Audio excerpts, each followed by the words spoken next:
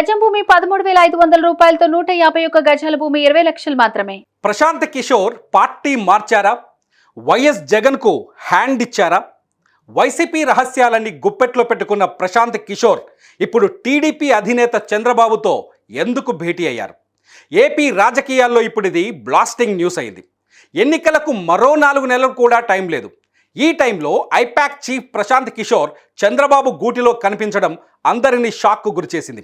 ఇవాల్టి వరకు ఏపీలో జగన్ కోసం పనిచేస్తున్న ప్రశాంత్ కిషోర్ రాత్రికి రాత్రే ప్లేటు ఫిరాయించారనే చర్చ రాజకీయ వర్గాలను కుదిపేస్తోంది. ఆంధ్రప్రదేశ్లో ప్రభుత్వం ఏర్పడ్డ నాటి నుంచి ప్రశాంత్ కిషోర్కు చెందిన ఐపాక్ టీం వైసీపీ కోసం పనిచేస్తోంది.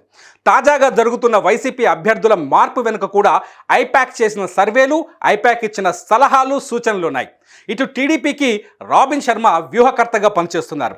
రాబిన్ శర్మ కూడా ఒకప్పుడు ప్రశాంత్ కిషోర్ టీంలో పనిచేసిన వ్యక్తే. అయితే సడన్గా ప్రశాంత్ కిషోర్ చంద్రబాబుతో భేటీ అయ్యారు.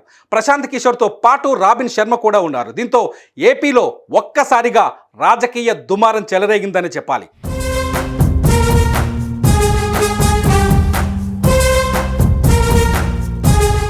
ప్రశాంత్ కిషోర్ టీడీపీ పంచన చేరితే వైసీపీకి గట్టి సమస్య అవుతుందని రాజకీయ వర్గాల్లో చర్చ మొదలైంది. జగన్ వ్యూహాలు, వైసీపీ లక్ష్యాలు, అభ్యర్థుల బలాలు, బలహీనతలన్నీ ఇప్పుడు ఐపాక్ చేతుల్లో ఉన్నాయి. ఆంధ్రప్రదేశ్లో వైసీపీ ఎక్కడ బలంగా ఉంది, ఎక్కడ బలహీనంగా ఉంది అన్నది ప్రశాంత్ కిషోర్ టీంకు పూర్తిగా తెలుసు. ఈ దశలో జగన్ను ప్రశాంత్ కిషోర్ వదిలేయటం పెద్ద దెబ్బే అని చెప్పొచ్చు.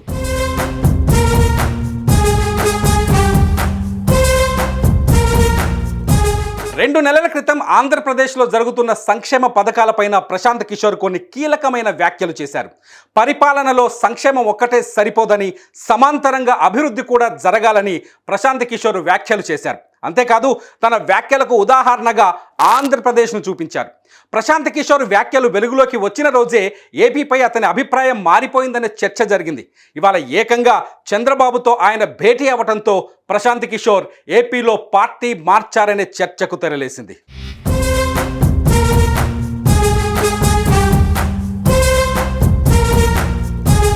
టికెట్ల కేటాయింపు, జనసేనతో పొత్తు వంటి కీలక అంశాలపైన చర్చలు జరుగుతున్నాయి.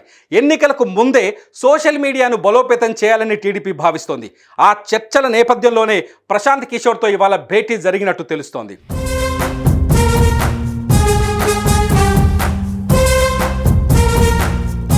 వైసీపీకి ఐపాక్ పనిచేస్తుంటే టీడీపీకి ఇన్నాళ్ళు ఐటీడీపీ పనిచేస్తోంది. అయితే ఇప్పుడు ప్రశాంత్ కిషోర్ టీడీపీ అధినేత చంద్రబాబుతో భేటీ అవడంతో ఐపాక్, ఐటీడీపీ ఒక్కటేనా, ఇన్నాళ్ళు వేరువేరుగా ఉంటూ ఒక్కటిగా పనిచేస్తూ వస్తున్నారా అనే అనుమానాలు కలుగుతున్నాయి. ఎలాగైనా టీడీపీ అధికారంలోకి రావాలని లక్ష్యంతో పనిచేస్తోంది. ఇప్పుడు ప్రశాంత్ కిషోర్తో వేసిన ఎత్తుగడ నిజంగానే ఆంధ్ర రాజకీయాల్లో ఊహించని అలజడిని సృష్టించిందని చెప్పాలి.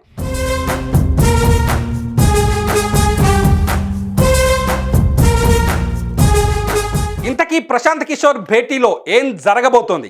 ఇప్పటికే జగన్ కోసం పనిచేస్తున్న ప్రశాంత్ కిషోర్ చంద్రబాబుతో భేటీని ఎలా సమర్థించుకుంటారు, లేదంటే పార్టీ మారుతున్నట్టు ప్రకటిస్తారా అన్నది ఇప్పుడు ఆసక్తికరంగా మారుతోంది. మరి మీరేమంటారు?